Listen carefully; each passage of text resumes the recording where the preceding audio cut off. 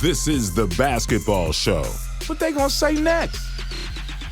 Hello, great to have you with us for another episode of the Basketball Show, brought to you by TCL Mobile at 2K and News Corp. I'm Jo Healy, alongside Shane the Hammer Heel. Hammer, how are we today? Great to be here. Long weekend. Delays, flight delays, back Again, from Melbourne. you've got rubbish early luck with start, flights, that's what don't we you? do. It's all right, I love it. Big show coming up. Derek Crocker will join us as well. And we've got part He two will. of that interview with Joe Ingles as well. But let's start within the spotlight. Yep. We kind of touched on this a little bit last week, and that is the fact that this season is dragging out a little bit. Or a little lot, bit. A lot. Okay, fair enough. We're clashing with AFL and NRL at the moment, and Yep. it seems like there's going to be issues with next season in terms of a short turnaround and player contracts and all that kind of thing.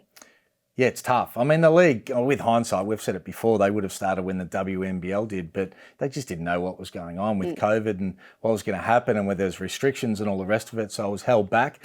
Now it's gone into AFL and rugby league. It does make things tough. It's just been buried a little bit. You just got 12 games to go, so it's not perfect and no one's fault or anything else, but the thing is they're going to have to turn it around quick. So the season finishes, I think they're going to have to start again in October just to be able to get it back, where then they finish in March again like they normally do and allow players to go to Europe or the NBA and all the rest of it. So it's going to be tough, but they have to do it. You've got to remember at the moment as well, as of this week, the 30th of April, there's a third of the league that are essentially playing without contracts. They've been given a little bit of funding from the Players Association, but it just seems like there's hardship at the moment, and next season could be just as hard. Well, it's crazy times. To think players have finished their contracts, 12 games to go, are training and playing and not receiving anything from the club. So they'll get some hardship funds and whatever else, but it is difficult. And I think the biggest question, and we spoke about the Players Association, Jacob Holmes, and a little bit of unrest between the players and the association. What happens next year? Like, do the league come back to the Players Association and say, well, we've all suffered, there's going to be another 25%? What are the players going to say if that happens? And what sort of accountability are the players going to have on Jacob Holmes as well? So there's going to be a bit of argy-bargy, I reckon, after this season. I can't think of another sport where the players have suffered so much and are playing without contracts. It just doesn't seem right. And after taking a 50% pay cut and adding more games. So it's been tough, but we know everyone's suffered. I mean, the league would be able to put up an argument of how much money they've actually had to inject to fund like New Zealand and all these other things as well. So everyone's suffered, but it's not it's not pretty. No, what is good though is the fact that even though it will be a short turnaround, we're getting back on track next season, which means that the players can go and earn that additional money in Europe, in New Zealand and that kind of thing. Yeah, no doubt. So bring it on. All right, let's get into our TCL starting five. Kai Sotto is an 18-year-old Filipino basketball player who has caused an absolute, I don't even know how to describe it. Frenzy, yes, thank you. They want uniforms, they want everything. I've never heard of him. The pre-sale uniforms 7'2", are hilarious. 18 years of age, signed for a couple of years. He's played in the G League, he's signed for the Adelaide 36ers next year. The hype around it is, I don't want to be sceptical, but it seems a bit over the top, doesn't it? Well, you can understand why, and I think it's a good marketing tool. I mean, what he will actually be able to do will be interesting. At that size and being so skinny, playing in a man's league that people will get physical with him. It'll be interesting to see what he can deliver on being so young. It's easier for a guard to be able to deliver as a pro at a young age than a big man that still has to grow into himself, that's not mature and physically ready. So it's going to be tough, but great marketing tool from Jeff Van Groningen. I'm not sure how much it'll translate to wins, but it's all good. We'll find out. Great experience for Kai as well. The Wildcats, there's some rumours circling that they're trying to lure Will Magnay for the rest of this NBL season. That would be something. If they pull that off, because the whole thing's been about Bryce Cotton becoming naturalised and what import's going to come in, it's looking highly unlikely. It seems like that's not going to happen, though. It's not going to happen. Well, it doesn't sound like it's going to happen, but what an idea to get Will Magnay. We know he's a superstar, got NBA experience, G League experience now, not playing at the moment, so that would be perfect. They've got the cash to be able to do it. You just think it's a natural thing that they have to do if they're a chance to be able to win it. They have to. Well, speaking of, Melbourne United are obviously the other heavyweights of the competition. Not the other. They are the heavyweights. Can anyone beat them in a series? No, not unless that... Well, the they Wildcats can. get Magnay? They can beat them in a series, but I don't think they will unless they get a Magnay, unless they get another import. With what Perth's got now, they have well and truly overachieved, but you see them just running out of a bit of petrol because they've used it all on Bryce Cotton. It's so much energy for what he does on a daily basis. And he'll come good. He's going through a bit of a dry patch. He's a superstar. We know that, best player in the league. But they need one more player. If it was Magnay, then we've got a ball game again.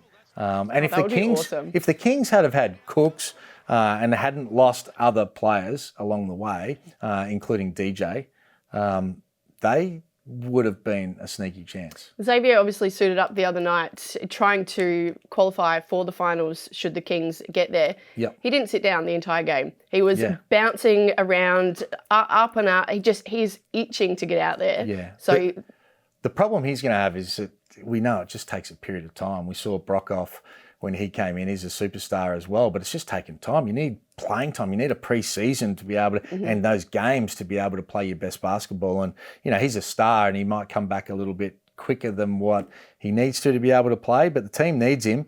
It's just how long it takes to actually get form and contribute. Yeah, look forward to seeing him out there. Director Dave wants us to talk about the New York Knicks. How much has he gone on about the Knicks? It's like he's a part owner of the Knicks. Fair enough, though. Long-suffering fans. They've won 9 in a row. They're 4th in the East, and they're flying at the moment. Now they deserve it. So when he first brought it to the table, he's like, we're going to talk about it. They've won 2 in a row. They've beaten Minnesota. We're like, cut it out, mate. We're not talking about it on that. But you win 9 in a row. Now we've got something to talk about. How good is Julius Randle? Yeah, is he a max player? Well, you probably have to think he's going to be close, wouldn't you? Yeah, I think so. Yeah, but I love the fact that New York are coming good. I mean, it's better for the league with the fact that we're all talking about it, and good young team. They just need one more key player to be able to go to another level. Imagine being a world without COVID and being at the Garden at the moment. Oh, yeah. It'd be insane. Madison Square Garden. Fantastic. Best place I ever watched a game from the very end of the bench, Madison. All right, LaMelo Ball looks like he's set to return this week, which is excellent. We want to see him back playing. How good? Can he still take that Rookie of the Year mantle off of Anthony Edwards? Well, he was odds on before he got injured. I mean, it was all his. He was playing such good basketball. Then he goes out. Edwards comes through. He's starting to play great basketball. Momentum's severely the other way. If he plays really well and gets back to that sort of form, it's going to be a debate, isn't it? Definitely. I feel like he can. It's there's still plenty of time to go in the season, almost a quarter of the season, just under. Yeah. But there's so much hype around him as well, and I think that momentum that he did have can easily be picked up again. Yeah, and he's got to pick it up and go straight away, though, to be able to get it done. But he'll come back with a whole lot of confidence as well. He knows he's been there, he's done it, he's going to be a better player. Mentally, he's got something to really aim for as well. And I'm going to back him. I'm with him. I think he can do it.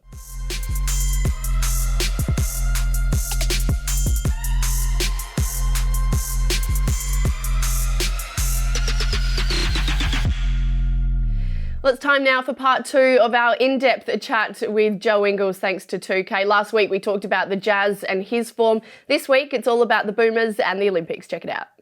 Mate, I want to talk about the Boomers and the culture, and with guys like Bogues that's not there now, but still that core group with Paddy, Baines, Daly back playing, which is really exciting. And, I know we'd finished 4th, a few times. You guys have done the same. Surely this is the one. This is that little opportunity to go one step further that we're all so passionate about, and I know you are as well.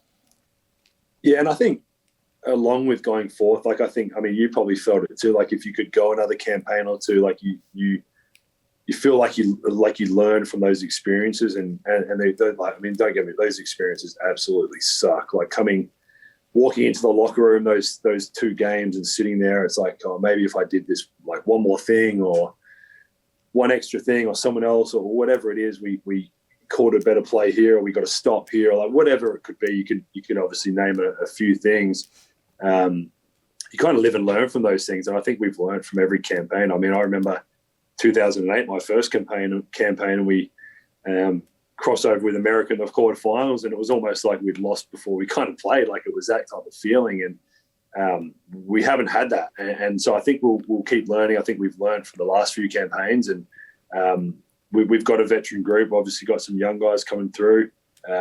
Hopefully Ben's out there. Like the group is still exciting. So we've got a great culture, as you know, and back when you've played, it's been passed down through generations of players, and Paddy and I and a couple of those guys were lucky to get the end of the Nielsen in that era.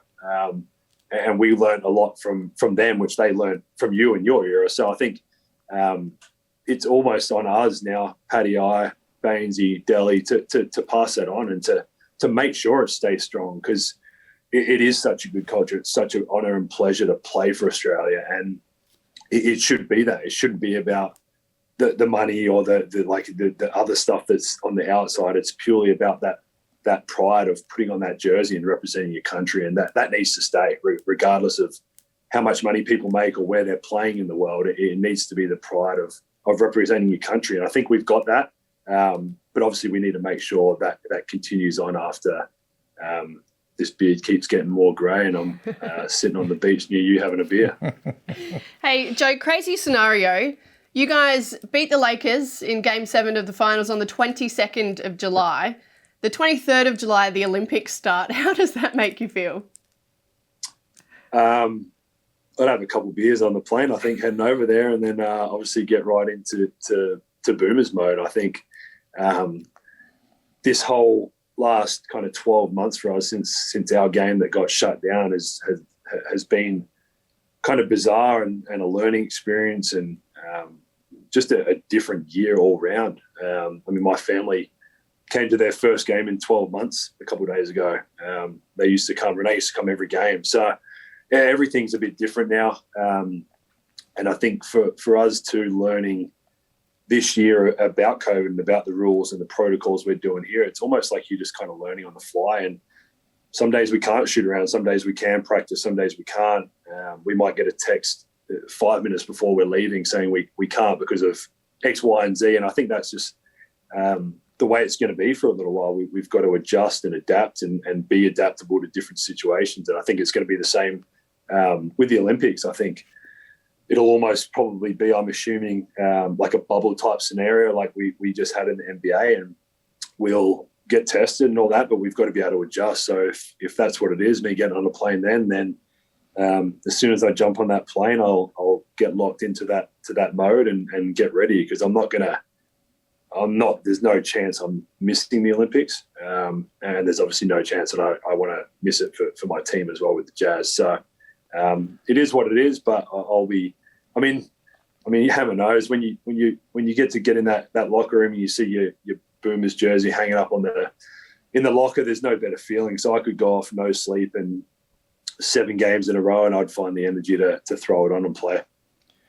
Mate, I know you're like me. Family is everything and it comes first. And I just wanted to talk a little bit about your son with Jacob and some of the great work you're doing with autism and some of the battles, but putting it in the spotlight and helping so many other people, that are going through similar situations and raising money. And I know we all applaud it and respect it back here. Yeah, I mean, it's something, I guess, when you get, it's like anything. Like, you have someone in your family that gets hit by cancer or by any kind of freak thing that you don't know or you don't expect, and that's what it was for us. Like, obviously, we had no idea until a couple of years ago, and you automatically, especially as a parent, you go into like almost like savior mode, like you want to do anything for your child. And we first and foremost was let's get Jacob the best help and therapy he can get and get him sorted and kind of aligned up where he needs to go. And once we did that, we obviously realized that the platform we both have to be able to help other families. And the fundraiser we're doing now, it's a month-long function, an item every day. And the money's getting split between some local places in Utah to help pay the bills of families that can't afford to pay them or get their kids extra hours. There's a lot of stories that get thrown our way that their kid, so Jacob, for example, does about 20, 25 hours a week therapy. There's kids that are only doing 10 or 12 because they can't afford 20. it's expensive, and we know with our platform and all the people I know and the connection, we can make a difference in this space. So we're going to do that. We're splitting the money between 4ASD Kids in Australia, which is the charity with Maddie Rogers and Chloe Maxwell that we are co on the board with them, and then we're splitting it between a couple of places here in Utah. And obviously, we're super passionate about it. And just, I guess when you have a kid or son or adult or whoever it is on the spectrum, you notice the biggest difference, like with the Jacob's difference over the last couple of years, and especially the last 6 months. Like he asked Renee last night in bed if he could have a TV on his wall, which is like, I don't even think he knew what a TV on the wall was 6 months ago. So you see the difference every single day, and we know what it takes and how expensive it is. So whatever we can do to help other families in need, we're going to do that. And it's something I'm obviously super passionate about. And no matter how tired, sleepy, whatever it is I am, I'm going to make sure I do everything in that space to make people aware and raise as much money as I can. Oh, you guys are doing such a great job to raise awareness. You're doing an excellent job over there with the Jazz and, of course, for Australian basketball as well. Joe, thanks so much for joining us. It's been awesome to chat, and we look forward to what is definitely a big year. We're proud of you, mate. Yeah. Everything about you, we're proud of you. So's Australia. About time you had me on the show. I've been watching every week and I couldn't get a bloody invite. Yeah, sure. That's Hammer's fault. God love you. Love to Renee. Appreciate it, guys.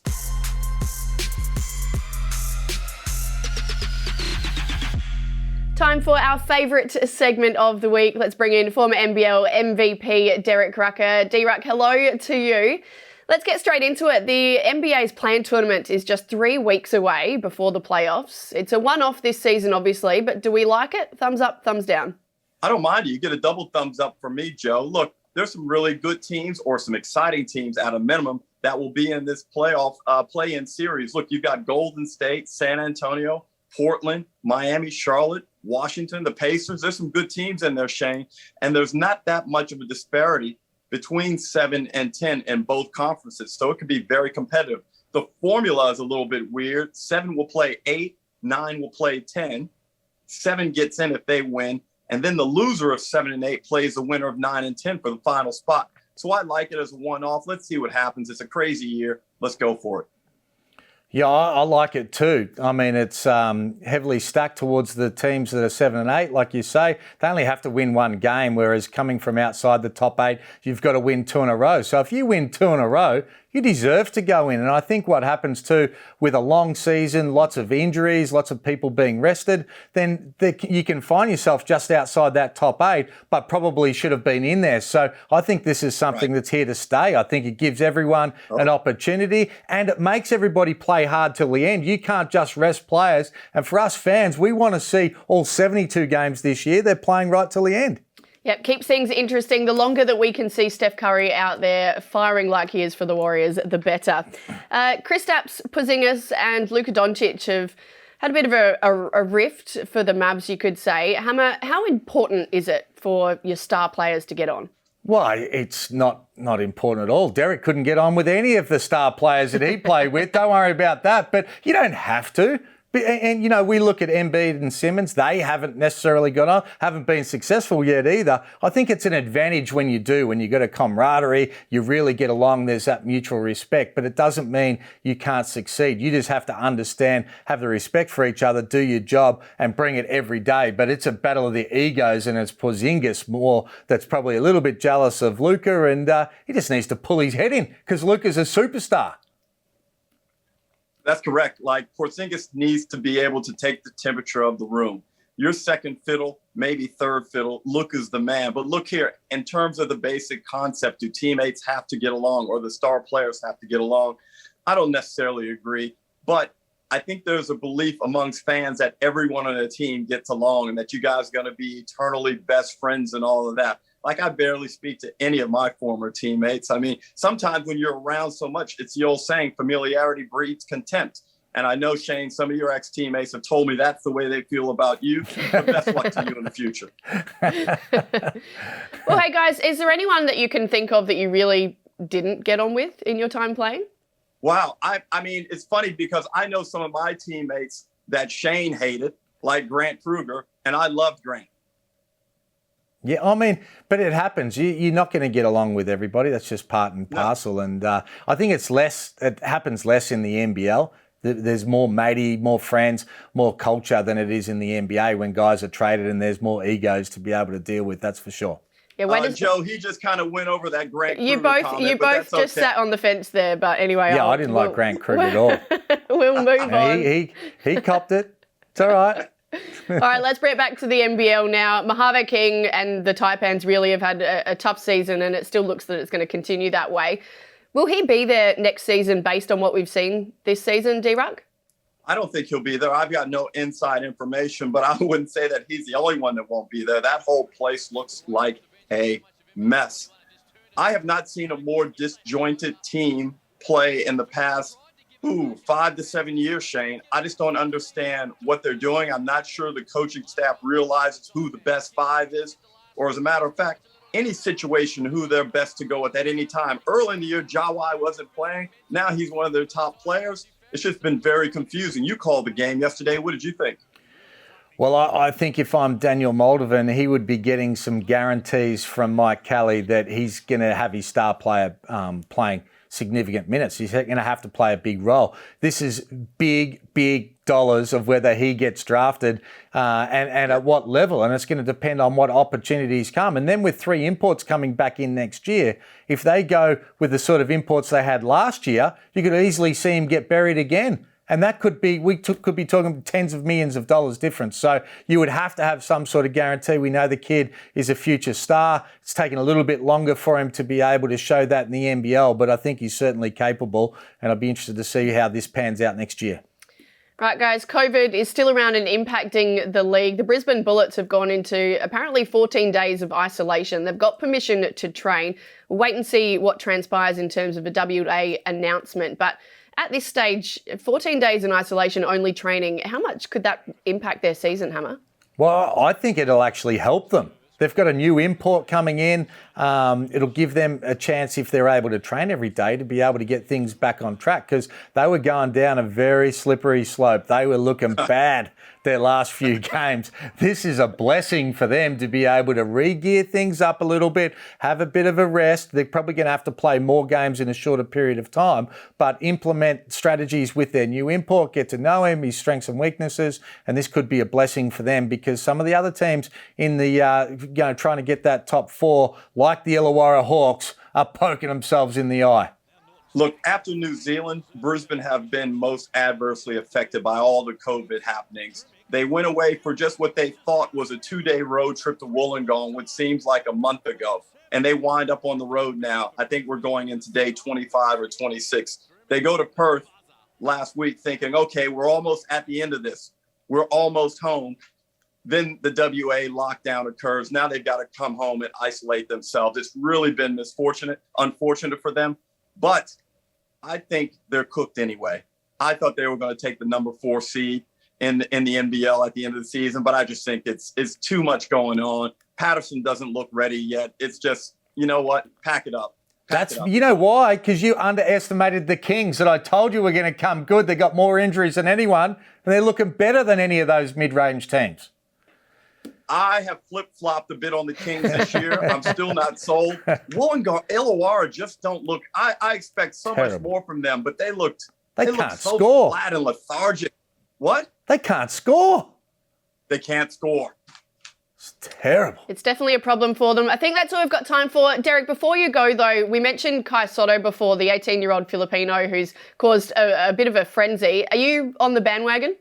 Joe, I actually played in the Philippines, so I'm very familiar with the frenzy that is created over there by basketball. And let me tell you, the 36ers may have bit off more they can chew, because the Filipinos are crazy about their hoop. They better not mess around with Kai Sotto like the Taipans messed around with Mojave King. It's going to be a different story. All right, we'll wait and see. D-Ruck, good to see you again this week. We'll chat to you next week.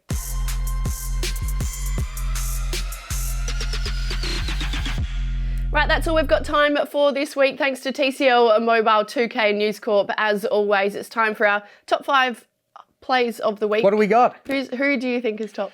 Well, I reckon Craig Muller's 3 was pretty impressive. A was non-three-point shooter, but he just drained it in a big game. Mm-hmm. And what about Tad Dufelmeyer? What about his big 3 against New Zealand? He's had a great you couple better of have games. some of these guys in there, Joe. Pressure on. Wait and see. Here it is. Cam Glidden had himself a game against the Taipans. He's kicking us off at number 5 with the steal and the finish. 20 points already for Glidden. Make it 22. Reverses it in. The lead is 21. And the momentum that Mike Kelly would have been trying to build towards the end of the third quarter has well and truly gone the way of the Southeast Melbourne Phoenix. The Wildcats will punish you if you let them. Bullets big man Ty Harrison found out the hard way on the stroke of half-time. Perth with the last say here. This could be expensive. Missing an easy one. Cotton. What is Swakala? Bullock knocks down the triple. Brisbane miss an easy 2. Perth knocked down a 3 and the margin's out to 9. It's Perth 45, Brisbane 36. Geordie Hunter is number 3 this week. He lost his defender before Sean Bruce gave him a peach at the rim. Giving away any mark they had. Geordie Hunter! Sorry, Case, I have to take over here. But Geordie Hunter with a nice pass and finish above the rim. What an athlete. Speaking of dimes, Chris Goulding put some mayo on this one. This is the ball behind the back for Pengley. It is showtime for Chris Goulding. We know he can hit buckets, but his passing has improved over the years as well, and all-round player. And finally, Tad Dufelmeyer sunk the dagger as Cairns held on for a much-needed boost against the Breakers. Here's Machado. The 3-ball comes here from Dufelmeyer. What a play! That is incredible. Wow. Tad Dufelmeyer Jr. This is a co-production by News Corp Australia and Closer Sports.